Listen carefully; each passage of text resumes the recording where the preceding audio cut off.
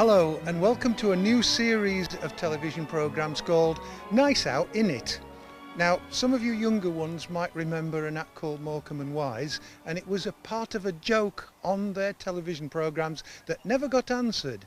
Am I going to answer it? No, but I'm going to provide an answer. There's also another connotation with it. For you older people, you remember a guy called George Formby. Well, he had a catchphrase like that. It's going to be ours for this whole series. Now, what's this series going to be about? I'll tell you. I'm going to be travelling out and about, showing places of interest, wonderful, beautiful places, places like you've never seen before. Who is the programme aimed at? Well, it's you. But if you're watching at the moment, you might be a pensioner with not much money. You might be out of work temporarily at the moment, again, with not much money. You might not have anything except to pay for your heating bills, your lighting, and also your daily subsistence. You can't get out much. Well, I'm going to show you how you can get out for next to nothing and see things like you would never believe that's right on your doorstep and you can get to by public transport. And let's face it, if you've got a MetroCard of any sort, that means you do it for nothing. Okay, right, it's also going to be about, particularly if you're a young people or even if you're old, rather than being a couch potato, it might be something that said, well, I could do that, I could volunteer to be that. How good, if you're young, would it look on your CV if you say, I'm already working at this part? So this series will be visiting places very, very much like this. We'll be solving mysteries, we'll be going to places of outstanding natural beauty, and on top of that as well, we'll have a little mystery for you every time. And the first port of call is one of the greatest mysteries that there is. It's called Wentworth Castle. So why don't you come with me now and we'll go and visit it. So welcome to Wentworth Castle, except it's not in Wentworth and it isn't a castle. Confused? I am. We won't be soon because I'm meeting up with Claire Herring, who's director. Claire, thanks for joining us on this, the first programme of the series, and thank you for inviting us here. Now, Wentworth Castle, and yet I look around and, well, it's actually almost like a Georgian stately home. So where did the name come from? Well, of course it is exactly that. It is a Georgian stately home. But just 7 miles away down the road we have the village of Wentworth and another beautiful Georgian mansion, Wentworth Woodhouse. Now, the guy who built our house, he thought he was going to inherit Wentworth Woodhouse. For whatever reason, it didn't happen. So he had to find himself a new home, and he wanted it to sound as impressive as possible, and he called it Wentworth Castle. A sort of one-upmanship sort of thing. So he's actually tied into Wentworth, but he's got a castle, not a house. That's right. He wanted to retain the Wentworth name, which was of course still his name, but he wanted a castle. It smacks to me that he was a bit insecure, but then of course he was the sort of odd one out of the family, wasn't he? Well, he was a very well-established figure. He was a diplomat, a soldier, ambassador to Berlin at the time. And he felt very bad that he hadn't inherited what he felt was his rightful home. And he spent many years trying to fight it through the courts. And when that didn't work, he bought the first thing that came on the market. And this was it. Remind me of his name again. I've forgotten it. Thomas Wentworth. Thomas Wentworth, hence the name, of course. Right, okay, well, that's a little bit of the history behind it, but why did he choose this particular spot? Well, it's not easy to come by a country estate, and Stainborough Hall came on the market in 1708. Ah, right, so it was convenience. It was. It's convenience. So, and how come now that you are here, because you are called Wentworth Castle Gardens, am I right? That's right. How does this fit in? Because this magnificent house now is part of Northern College, isn't it? And yet you are two separate entities, aren't you? We are. We're two separate organisations sharing space. That works very successfully. We look after the gardens and the beautiful parkland, and the college is based in the main house.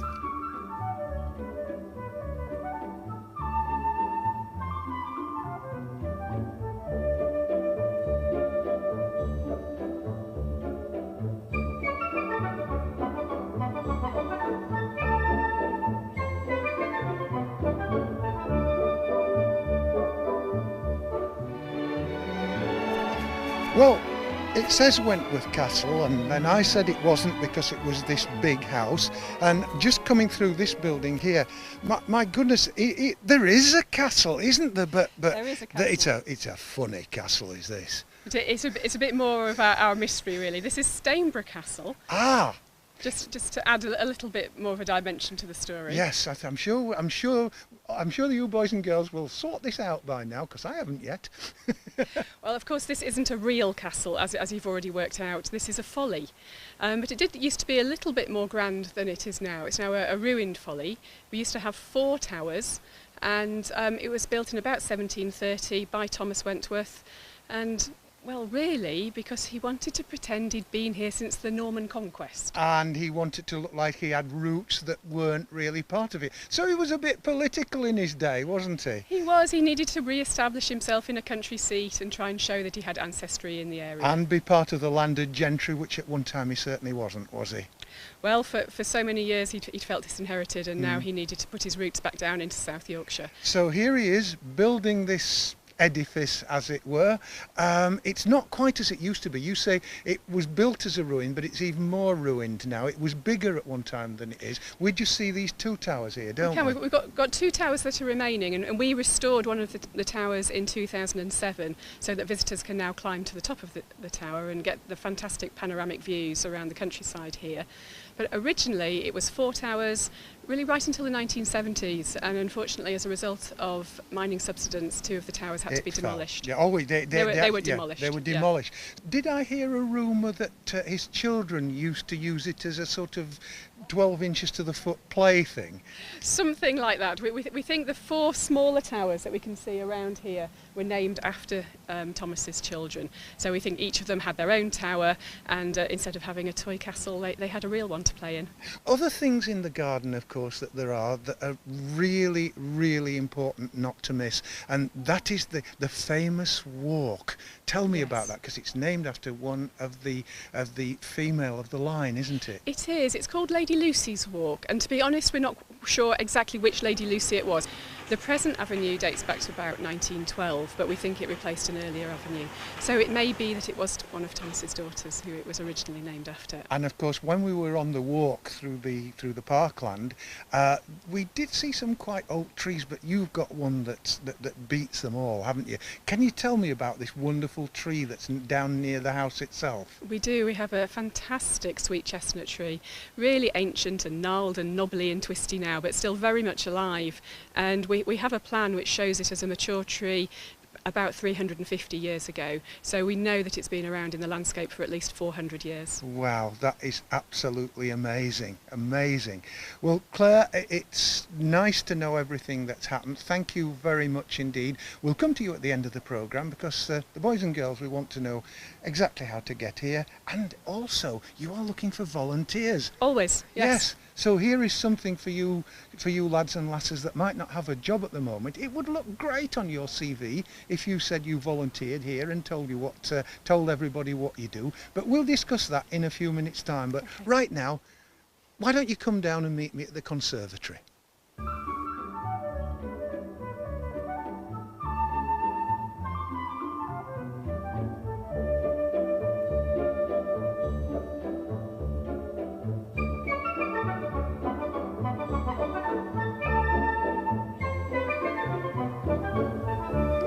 Last time I was on this very spot, although I was stood the other way round, there was this decrepit old glass building with not a pane that wasn't broken, really looking very, very sorry for itself, and trees growing out of the inside through the roof. It's changed a lot, as you can see. It's an exciting project, and we're going to talk to Dr. Michael Klemperer, who's estate manager here, who knows what's happening. This is a transformation par excellence, isn't it? Yes, it's remarkable. I mean, we've waited 10 years for this to happen. We appeared in restoration 10 years ago, Dave. And we are thoroughly excited and overjoyed that through a lot of effort and fundraising, we've managed to raise about £3.7 million. It's a lot to raise from funding, isn't it? Well done. What's your secret? Well, we have very kind sponsors from the Heritage Lottery Fund and from our partners in the Economic Rural Development Fund and also from English Heritage, who have, this is an incredibly important building for the area and who've enabled us to rebuild it. What did it used to be? What is it going to be? It used to be the Earl's basically his tea room. He used to come out, his private quarters. He used to come out here into his tropical conservatory and take tea and show it off to his guests. This was the height of modernism at the time. It was one of the first buildings in this country to have electric light, and what it is now is basically Barnsley's Crystal Palace. Visitors can come around and visit it. No pun intended, but it's a green building that's green, isn't it? Because the visitor centre is very eco-friendly. The visitor centre is extremely eco-friendly. It's got a sedum roof.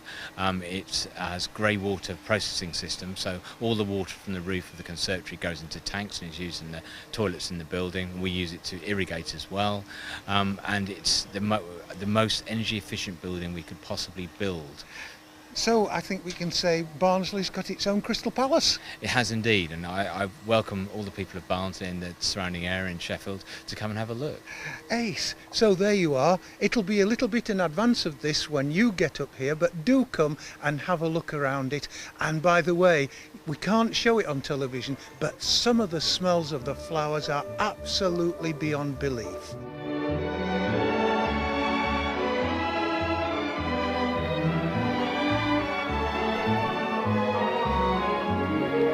So, Michael and I have walked the few yards, and that's all it is, or metres if you follow that persuasion, over to this wonderful Victorian garden. I know that's not the full title, but I know you can tell me, Michael, exactly what this is. And by the way, can I just say, what a riot of colour. I'm so glad, folks, this is colour TV and we're not still in the black and white days that I remember. But what's the actual title of this garden? This is the Victorian Flower Garden. It's formerly the 18th century bowling green at Wentworth Castle. The bowling green, so at one time they would be playing crown green or flat bowls here? They'd be playing flat bowls here in the 18th century, yes. Right, okay, so how did the change come about? Well, the change came about, it's really a fashion thing. Bowls went out of fashion, bedding came into fashion, and hence the bedding. Okay. The Earl wanted bedding, and the Earl had bedding. I suppose with the money that he must have had, he'd just snap your fingers and 100 gardeners come running. It was 25 at the time, but yes. But looking at how do you plan to get it looking like this? It just doesn't happen by accident, does it? No, we've been remarkably fortunate this year. We've had two of our gardeners working on a plan over winter. We ordered the plants over winter. They've come to us, £1,500 worth or so. We have them as tiny little plants. Some of it we grow from seed, and we bring them on the glass houses and plant them out here. This was planted out 4 weeks ago. Oh, right, okay. But there's a design to this, isn't there? And going back in time, when it stopped being a bowling green and started being a sort of formal garden, it must have taken a bit of designing to make it look formal and yet a bit of a wilderness. Well, the outsides are formal, so the hedging's formal and the topiary's formal, but the inside is much less formal. Right. How difficult or easy is it to keep up with this garden? Because, I mean, flowers, how long do they last? I don't know. Do you have to keep replacing them? And does it alter from season to season? We have 2 seasons. We have a spring season and a summer season, and we have to produce bedding for both of those seasons. So we're constantly growing stuff, ordering stuff, and planning for the next season. So every year, one's head gardener produces a plan, or one of the gardeners produces a plan for the new bedding, and we order the stuff, and this stuff for the spring is already ordered and the plan's already on the way. How much of a case of constant attention is it? You just can't leave it, can you? You can't leave it. My colleague over there is watering. It's constantly weeded and edged up. It's mown twice a week, unless it's very, very dry, and it's every day, pretty much every day it's watered in this weather. If you think about municipal gardens and things like that, you're very strictly told to keep off things. We're on the grass here. Is this a privilege, or is it okay for people just to stroll gently on the grass? The grass is fairly hardy as long as one doesn't do anything foolish with it, like light a barbecue on it. The public are perfectly welcome to walk in any section of grass at Wentworth Castle at the moment.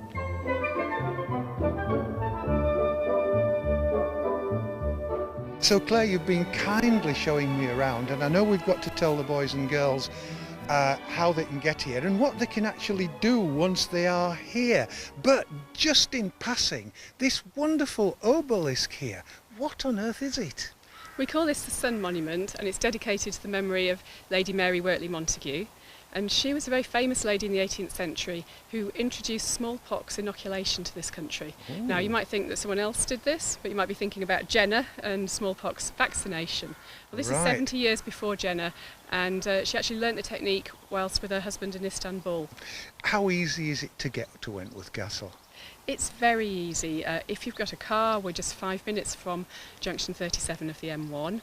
If not, then we're very close to the Barnsley interchange. You can get there by train or bus, and then get a bus out Which here leaves to you Stainborough. outside the door, doesn't it? Absolutely. Just ask for Stainborough by the castle and you're there. Nice. And of course, it's not very expensive to get in, is it? It's very cheap. If I said you'd quite a bit of change out of a fiver for the old people, that would be true, wouldn't it? So That's right. you're not going to spend much, unless you want to, of course, because there's a beautiful shop, isn't there? There is. Beautiful Lots of things shop. to tempt you Yeah, while you're here. indeed. But that's not the only thing. I mean, the older people can do that for a day out to get off your bum and stop watching telly. And I do recognise the irony in that, by the way, and come and do something. And well, today, for instance, nothing could be better, could it?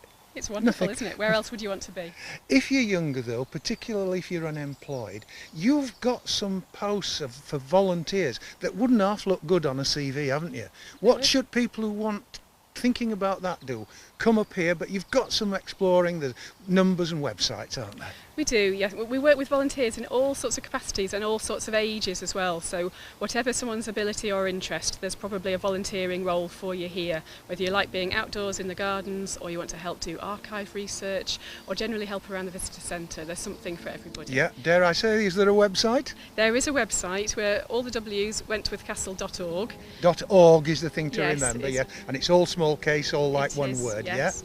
And there's a volunteering page on the website where we regularly post adverts for the volunteer help that we need. yeah. And it really does look good on the CV, doesn't it? It does, it makes a huge difference when you go to an employer. Yeah, and by the way, if you don't want to do that and you just want to come to it, well, there are opening times and closing times. We must tell the boys and girls when you're shut as well as when you're open.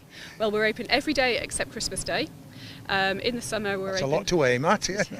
In the summer we're open 10 till 5, and then in the winter during the weekdays it's a bit shorter, it's 11 till 3, but at weekends we're still open 10 till 4. Great. Claire, thanks very much indeed. And I think I've learnt quite a lot about the castle and the fact that Wentworth Castle is Wentworth Castle, although it isn't, and there we go again. Well, I'll tell you what, rather than talking about that, I'll talk about going outside now into the grounds where there are some lovely, lovely walks. Join me in a couple of seconds there, won't you?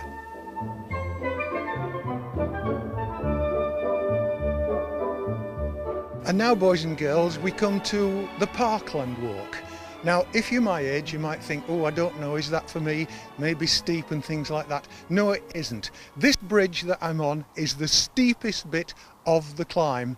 In fact, there isn't a climb, so you can walk through Parkland, as you will see. I've enjoyed my walk. There's 3 separate walks, and it's been really good.